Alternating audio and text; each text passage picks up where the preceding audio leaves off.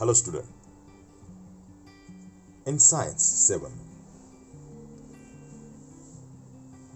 chapter number 8, Static Electricity, स्थितीज ऊर्जा असे या चॅप्टरला म्हटलं जातं.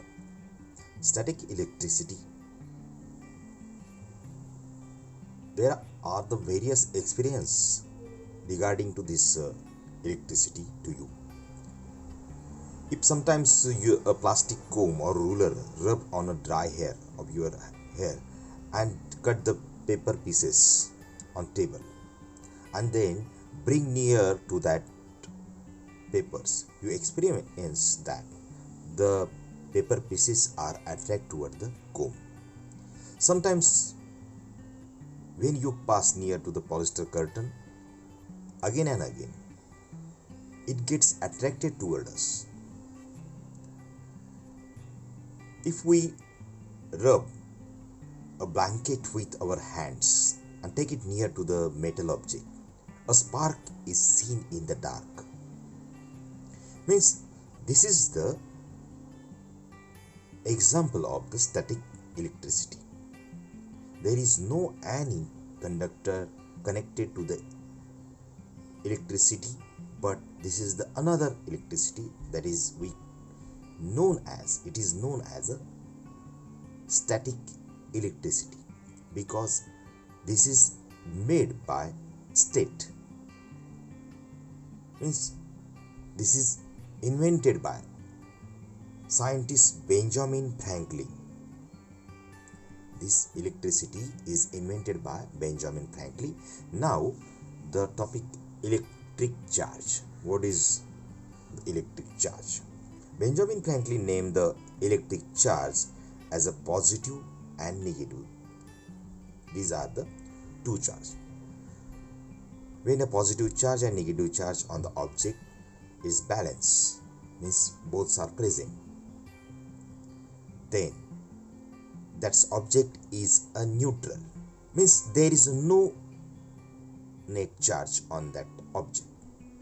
These charges are not balanced. The object is said to be charged. Means from these examples we learn that the electric charge are all objects in surrounding hold in abundance. Electric charge is stored when even in own bodies. ते त्यांच्यामध्ये charge म्हणजे electric charge म्हणजे विद्युत प्रभार हा निर्माण होत असतो. निर्माण होण्यासाठी जेव्हा घर्षण विद्युत जेव्हा असते तेव्हा घर्षण विद्युताने ते किंवा स्थितीने एखाद्या स्थितीने ती निर्माण झालेली असते आणि त्याच्यावर चार्ज हा प्रभार हा स्थिर होत असतो त्या वस्तूवर. The all substances are made of very tiny particles. Electric charge is a intrinsic property. Intrinsic म्हणजे स्वाभाविक गुण जो असतो त्या कणांचा तो स्वाभाविक गुण असतो आणि त्यामुळे in this way electric charge is abundantly present. त्यामुळे सहसा हा चार्ज हा त्याच्यावर सामावलेला असतो. प्रत्येक कण जो आहे पदार्थाचा, all substance are made up of tiny particles. हे माहिती असेल तुम्हाला. प्रत्येक पदार्थ हा एका विशिष्ट कणांपासून बनलेला आहे. त्या कणांमध्ये काही ना काही प्रभार हा असतो स्वाभाविकरित्या. त्याची प्रॉपर्टीज आहे इंट्रिन्सिक. अंडरलाईन करून घ्या. दो in this way the electric charge is abundantly present. It is always a hidden state. ते अत्यंत अदृश्य स्वरूपामध्ये त्यामध्ये प्रभार असतो. This is because of the two opposite type of the charges are present in equal numbers. त्याच्यामध्ये दोन प्रकारचे प्रभार असतात. एकाला म्हणतात धनप्रभार, that is positive charge, and दुसरा असतो निगेटिव्ह चार्ज म्हणजे त्याला ऋण प्रभार असं म्हणतात. आणि जेव्हा हे दोघं जर एका बॅलन्स लेवलवर जेव्हा असणार, धन पण सारखं असणार आणि ऋण पण सारखं असेल, तेव्हा त्याला न्यूट्रल असं म्हटलं जात असतं. न्यूट्रल म्हणजे कोणताही प्रभार नसलेला.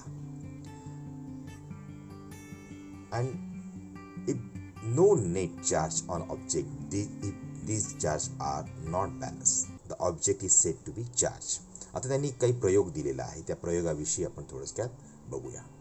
या प्रयोगामध्ये आपल्याला एक ग्लास रॉड घ्यायचा आहे, त्याला आपण अधांतरी टांगायचं आहे. Transferred that is as a result of the both the suspend rod is freely in the air with the help of the thread. त्याला हा जो एक रॉड घेतला, दुसरा रॉड घेतला, या दोन रॉडमध्ये या रॉडला आपण काय करायचं आहे, एखाद्या वस्तूवर म्हणजे सिल्कचं कापड असतं त्या कापडावर तो घर्षण करायचा आहे. घर्षण केल्यानंतर तो या रॉडच्या नजीक आणायचा. एबोनाईटची कांडी असते, त्या एबोनाईटची कांडीचा रॉड हा असतो. एक काचेची कांडी पण घेऊ शकता तुम्ही आणि त्याने हा प्रयोग करू शकतात. तर तुमच्या असं लक्षात येईल, याला घर्षण जेव्हा करतात तुम्ही साडीवर किंवा तसल्या कापडावर, सिल्कचं एक कापड असतं बघा, मऊसूत कापड असतं चमकणारं, त्याला सिल्क क्लॉथ असं म्हणतात. A rub end of the glass rod against a silk cloth. Silk क्लॉथवर घर्षण केल्यानंतर आपल्याला हा चार्ज आपल्याला दिसून येतो. No what do you see? The two rod push each other away. आता हा रॉड जेव्हा तुम्ही जाणार तेव्हा तो दुसरा रॉड जो आहे तो दूर जाण्याचा प्रयत्न करतोय, दूर जाण्याचा प्रयत्न करतोय. The two rods push each other way. Now take a plastic rod. आता काय करायचं, दुसरा प्लास्टिकचा रॉड घ्यायचा. Rub on the end of against the woollen cloth. आता वुलनचा क्लोथ घ्यायचा, प्लास्टिकचा रॉड घ्यायचा आणि मग तुम्हाला हाच प्रयोग आपल्याला इथे त्यांनी प्लास्टिक रॉडने आपल्याला बी स्टेजला करून दाखवायला. तर हा ग्लास रॉडमधून प्रभार जो आहे तो दूर जातो आहे. याला रिपल्शन असं म्हणतात. याला काय म्हणतात? रिपल्शन. म्हणजे काय? याला प्रतिकर्षण असं म्हणतात. एकामेकापासून दूर जाणे. रिपल्शनचा अर्थ काय? प्रतिकर्षण. लिहून घ्या. when two rod carrying similar charge, जेव्हा दोघांमध्ये समान चार्ज असेल, when push each other away, this is called as a repulsion. त्यांच्यात जेव्हा समान चार्ज असेल, समजा याच्यामध्ये पण पॉझिटिव्ह निगेटिव्ह चार्ज असेल आणि याच्यावर पण निगेटिव्ह चार्ज असेल, तर दोघांमध्ये लाईक ज्या चार्ज असतात, लाईक चार्ज आणि अनलाईक चार्ज असे दोन लक्षात ठेवायचे. when they have the like charge then they are repelled. Repulsion होणे म्हणजे प्रतिकर्षण. प्रतिकर्षण. आता हा नवीन शब्द असा ऐकायला आला असेल तुम्हाला. प्रतिकर्षणचा अर्थ आकर्षणच्या विरुद्धचा. मग आकर्षण कोणामध्ये होतं? आता तिथे प्लास्टिक रॉड घेतला आपण. प्लास्टिक रॉड घेतल्यानंतर ते प्लास्टिक रॉड आपण आता वुलन क्लोथ्सवर घर्षण केला. When you have to rub on a woollen cloth and bring that rod, plastic rod, to the near suspended glass rod. हा ग्लास रॉडच्या शेजारी आणला. आता तो ग्लास रॉड त्या प्लास्टिक रॉडकडे अट्रॅक्ट होत आहे.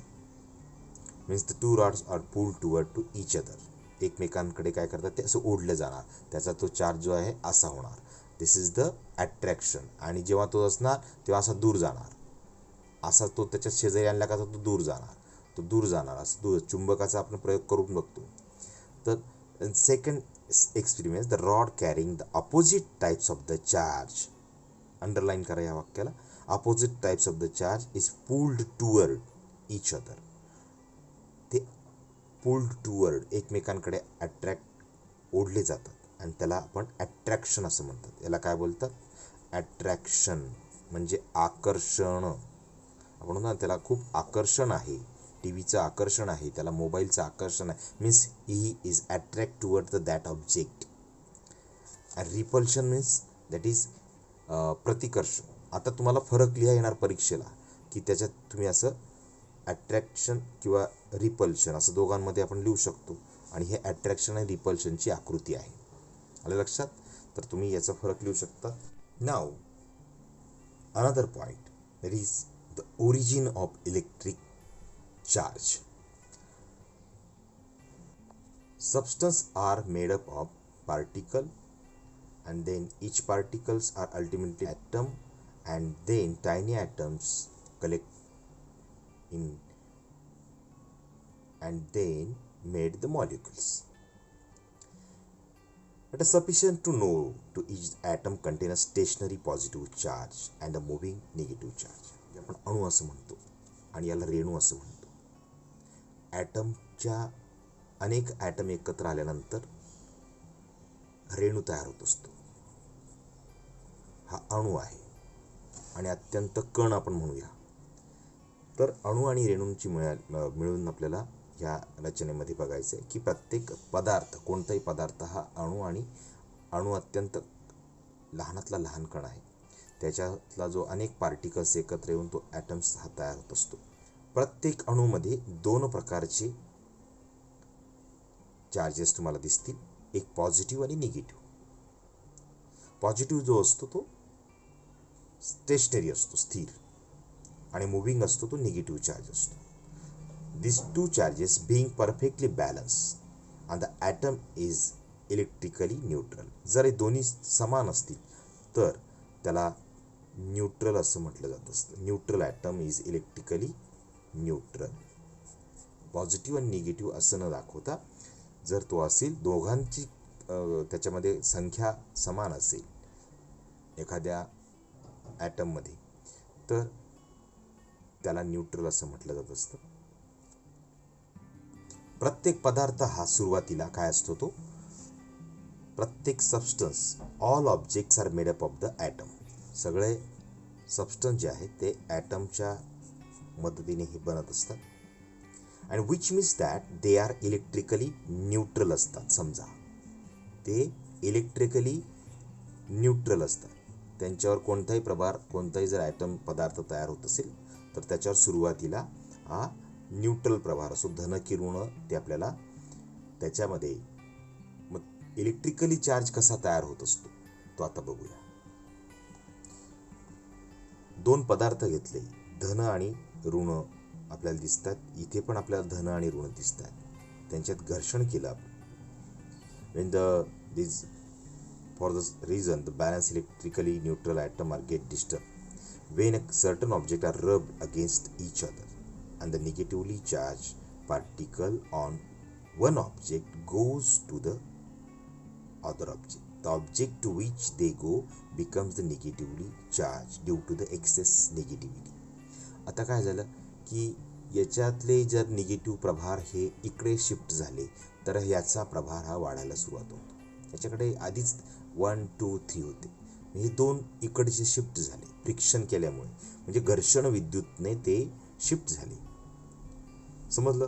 The object two becomes the negatively charge due to the excess negativity charges particle. Similarly the object from which the negative charge particle goes away and becomes the positively charge. आता हा बघा, negative charge आणि positive charge. आता इकडचं negative charge संपल्यामुळे हा आता फक्त पॉझिटिव्ह चार्ज उरला, हा पदार्थ. आणि हा पदार्थ निगेटिव्ह प्रभारित झाला, म्हणजे तो ऋण प्रभारित झाला, हा धन प्रभारित झाला. घर्षणाने त्याच्यातला विद्युत प्रभार एका भागातून दुसऱ्याकडे तो ट्रान्सफर झाला. That is negatively charged particles go away, become the positive charge due to the deficiency of negativity. Negatively charged particle, it means that the 2 objects being rubbed, one becomes the positively charged and the other become negatively charged. या प्रयोगामध्ये आपल्याला घर्षणाने आपल्याला एकातले प्रभार दुसऱ्यात transfer झाले आणि त्याच्यातला तो जो आहे हा निगेटिव्ह झाला आणि हा पॉझिटिव्ह. सुरुवातीला ते कसे होते, ते बॅलन्स होते. नंतर हे दोघांमध्ये आपल्याला काय आता दिसून येतं, ज्या वेळेस हे दोघांमध्ये स्थिर आहे, तिथे पण negative negative negative negative negative, that's non as a neutral charge. हे इलेक्ट्रिक चार्जच्या या स्थिती आहे. ठीक आहे. तर तुम्ही असे प्रयोग जो आहे ते करू शकता. या प्रयोगामध्ये सुद्धा तुम्ही आता जो आपल्याला एक प्रयोग असेल परीक्षांना सुद्धा, तर तो बघा. Materials use to rubbing whether the paper piece get attracted, yes or no करून बघायचा. बलून घ्यायचा, बॉल पेन रिफिल घ्यायची, इरेझर घ्यायचं, वूड रुलर घ्यायचं, स्टील पून घ्यायचा. वूड रुलर म्हणजे काय, लाकडी पट्टी, आणि कॉपर स्ट्रीप, तांब्याची पट्टी घ्यायची. त्यांना आपण घर्षण करायचं आणि मग त्यांना कागदाचे कपडे अट्रॅक्ट होतात का ते बघायचं. नसेल तर तो काय होतं, does the object gate charge, म्हणजे ते चार्ज झाला की नाही ते तुम्ही लिहायचं या ठिकाणी, यस नो. आणि इथे तो अट्रॅक्ट केलं की नाही ते यस नो लिहायचं. बस छोटासा हा प्रयोग आपण करू शकता. इलेक्ट्रिसिटी नाव कोणी दिलं माहिती आहे? थॉमस ब्राउनी यांनी. थॉमस ब्राउनी शास्त्रज्ञ जे आहेत यांनी थॉमस ब्राउनींनी नाव दिलं. थेल्स नावाच्या शास्त्रज्ञांनी 25 500 वर्षापूर्वी ग्रीक सायंटिस्ट होते ते, त्यांना एका पीस आणि एका रॉड यांच्यामध्ये अट्रॅक्शन दिसून आलं. पक्ष्याचं पीस असतात अंगावरची पीस आणि एक rod yellow coloured amber which had been rubbed against a woollen cloth. Amber is called electron, त्याने नाव दिलं electron. And the Greek language, ते इलेक्ट्रॉन जो आहे ते ॲम्बर हा जो आहे हा एका पदार्थाला म्हटलं जात असतं, तो तिकडे अट्रॅक्ट झाला, त्याला इलेक्ट्रॉन नाव दिलं. Therefore the property of the amber attract thing was named as electricity. आणि मग अशा पद्धतीने इलेक्ट्रिसिटी हे नाव देण्यात आलं. तर हे पण मुद्दा घ्या. पुढचा frictional electricity. The electric charge generated by friction is called frictional electricity. घर्षण विद्युत कोणाला म्हणतात, की ती एखाद्या गोष्टीला घर्षण केल्यानंतर ती आपण निर्माण होते. जर तुम्ही असा पट्टीला किंवा याला केसांना जरी आपण घर्षण केलं तर ते घर्षण विद्युत तयार होते. जनरेटेड इन फ्रिक्शन, फ्रिक्शन म्हणजे घर्षण, जनरेट म्हणजे तयार होणे, that is called as a frictional energy. This charge is produce only at the place of friction. फक्त ज्या ठिकाणी फ्रिक्शन घडतं तिथेच ही विद्युत राहत असते, म्हणून याला स्थितिक ऊर्जा असं म्हणतात. Static electricity that is called as, because Wien you have friction, आता समजा या ठिकाणी घर्षण केलं तर ही फक्त याच जागेवर राहणार, इकडून ट्रान्सफर होणार नाही, म्हणून याला स्थिती, या स्थितीला आहे म्हणून याला स्थितिक ऊर्जा असं म्हणतात. स्टेट, स्टेट शब्द काय, स्टॅटिक शब्द हा स्टॅट्सवरून तयार झालेला, त्याची स्टेट्स काय, इलेक्ट्रिसिटी, म्हणून स्टॅटिक इलेक्ट्रिसिटी. व्याख्या आहे बघा. फ्रिक्शनल म्हणजे घर्षण विद्युतने तयार झालेल्या ऊर्जेला त्या ठिकाणी चार्ज हा स्थिर होतो आणि त्यामुळे त्याला स्टॅटिक इलेक्ट्रिसिटी असं म्हणतात. The charge remains the object in a short duration.